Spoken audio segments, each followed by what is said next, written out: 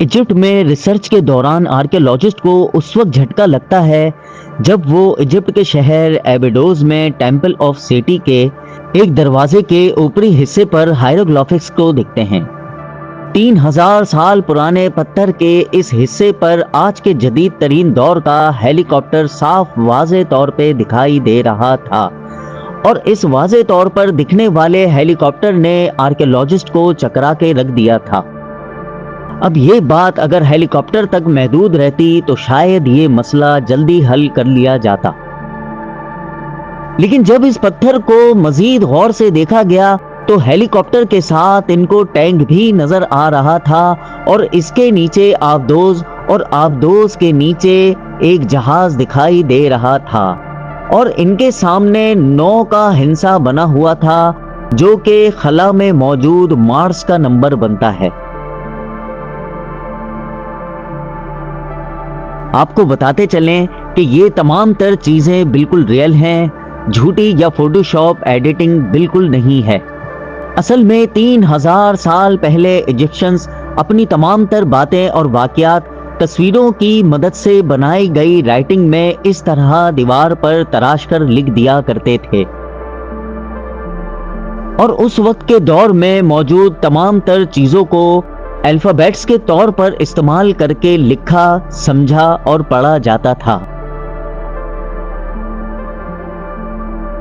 لیکن 3000 سال پہلے آج کے جدید ترین دور کی یہ تمام تر چیزیں اس پتھر پر کیوں تراشی گئی تھیں، اور ان کا کیا مقصد تھا، اور اس وقت میں ایجپشنز کو آج کے جدید ترین دور کے بارے میں کس طرح پتہ چلا، ان تمام تر سوالات کو لے کر لوگوں نے کیا سارائیاں شروع کر دیں۔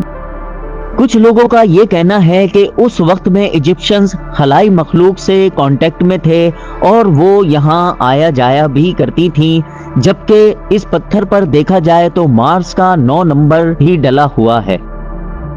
اور کچھ لوگوں کے مطابق ایجپشنز ٹائم ٹریول کر کے فیوچر میں چلے جایا کرتے تھے اور تمام تر راز اکٹھا کیا کرتے تھے۔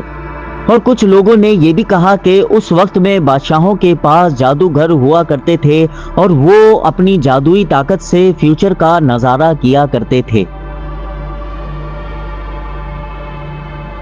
ایجپٹ میں موجود ماہر آرکیولوجسٹ ایلن ایلفرڈ کئی سالوں سے دریائے نیل کے کنارے ایبیڈوز میں قدیم مصری کھنڈرات پر ریسرچ کر رہے ہیں، اور انہوں نے جب ٹیمپل آف سیٹی کے اس پتھر پر ریسرچ کی تو ان کو یقین ہو گیا کہ یہ تمام تر چیزیں اصلی میں ہی بنی ہوئی ہیں۔ لیکن زیادہ تر ماہرین کی رائے کچھ اور ہی ہے۔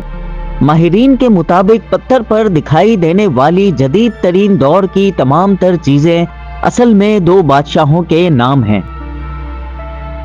پتھر پر موجود پہلا نام سیٹی 1 جس کے نام پر یہ ٹیمپل بھی ہے، اور دوسرا نام اس کے بیٹے ریمزیس 2 کا لکھا ہوا ہے۔ اصل میں اس دور میں جو بھی کنگ ہوا کرتا تھا وہ محل کی اہم ترین جگہوں پر اپنا نام لکھوا دیا کرتا تھا، اور اس کے بعد آنے والا کنگ انہی جگہوں پر پلاسٹر کروا کر اپنا نام ترشوا کر لکھوا دیا کرتا تھا۔ ماہرین کے مطابق نام کے اوپر کیا گیا پلاسٹر وقت گزرنے کے ساتھ ساتھ خستہ حال ہونے کی وجہ سے جھڑ گیا، اور یہی وجہ ہے کہ یہ دونوں نام آپس میں ملنے کی وجہ سے ہیلی کاپٹر اور دیگر بنی ہوئی چیزوں میں لوگوں کو الجھا رہے ہیں۔ لیکن بعض ماہرین اس تھیوری کو صحیح نہیں مانتے، کیونکہ پلاسٹر جھڑنے سے ایک ہی جگہ پر اتنی چیزوں کا بن جانا، اور وہ بھی تمام ایسی چیزیں جو آج کے جدید دور میں جنگوں میں استعمال ہوتی ہوں، جس میں ground forces, navy, air force, تینوں فارمیٹس کو ایک ہی جگہ پر دکھایا گیا ہو، یہ بات اتنی سادہ نہیں لگتی۔ بہرحال اس منفرد پتھر کے سامنے آنے کے بعد ماہرین نے دیواروں پر لکھی تحریر پر مزید ریسرچ کو تیز کر دیا ہے۔ شاید ماہرین کو فیوچر میں آنے والی چیزوں کے پیغامات بھی انہی دیواروں پر لکھے دکھائی دیں۔